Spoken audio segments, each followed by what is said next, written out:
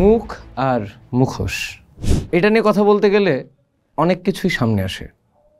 পয়লা বৈশাখ গেল, মঙ্গল শোভাযাত্রা কিংবা আনন্দ শোভাযাত্রা যাই বলি, সেখানেও দেখা মিলল নানান মুখোশের। মুখোশ দিয়ে আমরা মানুষও ভাগ করে ফেলি সহসাই, ধর্মে, জাতে। ভাবেন তো, যেই মুখটা দিয়ে আমরা হাসি, কান্না, কথা সব প্রকাশ করি, ওই মুখের উপরে যখন আরেকটা মুখ মানে মুখোশ চাপে, তখন কি ভেতরের মানুষটা বদলে যায়, নাকি আসল মানুষটা তখন বের হয়ে আসে?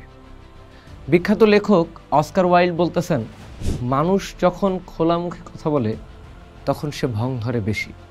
তার একটা মুখোশ পরায় দেন, দেখবেন ভেতরের সত্য কথাটা গড় গড় করে বাইর হইতেছে। ব্যাপারটা অনেকটা অভিনেতাদের মতো। তারা যেমন চরিত্রে ঢুকে যায়, হাঁটা চলা কথাবার্তায় পুরা অন্য মানুষ হয়ে যায়, মুখোশও আমাদের তেমনি অন্য এক আমির সাথে পরিচয় করায় দেয়। লেখক কুনাল বসু লিখতেছেন, মুখোশ আর স্বপ্ন অনেকটা একই রকম। দুইটাই মনের ভেতরের খেলা, কখন কি রূপ নেয় তার ঠিক নেই। এই কারণেই যুগ যুগ ধরে মুখোশ নিয়ে মানুষের মনে এত রহস্য, এত বিশ্বাস, এত অবাক লাগা। কে যে প্রথমেই মুখোশ বানাইছিলেন সেটা বলা মুশকিল। ইতিহাসওয়ালারা অনেকে মনে করেন যুদ্ধের ময়দানের ঢাল থেকেই মুখোশের শুরু। যোদ্ধারা ঢাল দিয়া যান বাঁচাইতো, কিন্তু এক হাত আটকে থাকতো, আবার সামনে দেখতেও অসুবিধা হইতো।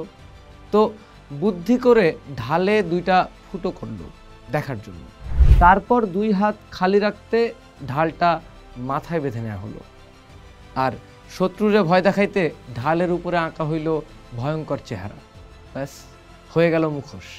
করোনার পর থেকে অবশ্য আমরা মাস্ক বা মুখোশটা অন্যভাবে চিনি, কিন্তু এই ছদ্মবেশ দিয়া কত কিছু যে হয়েছে দুনিয়ায়। পূজা পার্বণ, নাচ গান, গোয়েন্দাগিরি থেকে শুরু করে মিলিটারির কাজ, এমনকি খেলার মাঠেও এর দরকার পড়ছে। সেই কত আগে, খ্রিস্টের জন্মের প্রায় 5000 বছর আগে প্যালেস্টাইনে স্কাল্প আর্ট বলে একটা জিনিস ছিল। মৃত মানুষের মাথার খুলির উপর মাটি আর রং দিয়ে তারা মুখোশ বানাইতো। মিশর, Greece, Rome, Africa, Peru, Mexico, এমন বহু জায়গায় আবার মৃত মানুষের মুখেই মুখোশ দেয়া হইতো। সেইটারে বলা হতো ডেথ মাস্ক। তাদের বিশ্বাস ছিল এই মুখোশ পরাইলে মৃত মানুষটার পরকালে যাইতে সুবিধা হবে।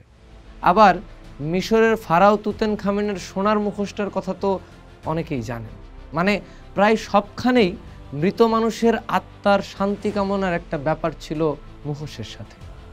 আবার ধরেন ধর্মকর্ম, সামাজিক আচারের কথা। ইউরোপের অনেক দেশে, যেমন জার্মানি, ইতালি, অস্ট্রিয়াতে শীতের পরে বসন্ত আসলে অমঙ্গল তাড়াইতে মানুষজন মুখোশ পরে বাইর হয়।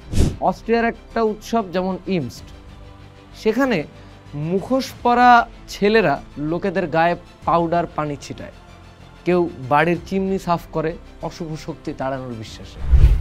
এশিয়ার দিকে যদি তাকান, ভারত, শ্রীলঙ্কা, তিব্বত সবখানেই ধর্মীয় বা সামাজিক অনুষ্ঠানে মুখোশের চল দেখা যায়। ভারতে নবদ্বীপের শিবের মুখোশ, আসামে মাজুলি দ্বীপের রাসলীলা বা ভাওনা নাচের মুখোশ, দক্ষিণ ভারতে কেরালার কৃষ্ণনাট্যম বা তামিলনাড়ুর কাট্টাইকুট্টু লোকনৃত্য, সবেতেই মুখোশ লাগে। শ্রীলঙ্কায় তো রীতিমতো মুখোশ পরা পুরোহিত চিকিৎসা করে, 18টা আলাদা মুখোশ পরে 18টা রোগের ভূত তাড়ায়। আর চীনের নববর্ষে সেই বিরাট ড্রাগন মাস্কের কথা কে না জানে। নাটক আর নাচের দুনিয়াতেও মুখোশ একটা জরুরি জিনিস। বিনোদনের জন্য চরিত্ররে ফুটায়া তুলতে অভিনেতারা মুখোশ পরেন। একদম পুরাতন গ্রিস আর রোমের থিয়েটারের কথা যদি ভাবেন, বিরাট খোলা জায়গায় নাটক হইতেছে, শেষের সারির লোক অভিনেতার মুখের ভঙ্গি কেমনে দেখবে, তাই তারা বড় বড় মুখোশ পরত।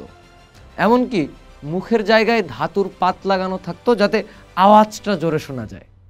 ইউরোপে মধ্যযুগে গ্রামে গঞ্জে যারা ওষুধ বা জিনিস ফেরি করত, তারা মুখোশ পরে অ্যাক্টিং করে লোক জমাইত।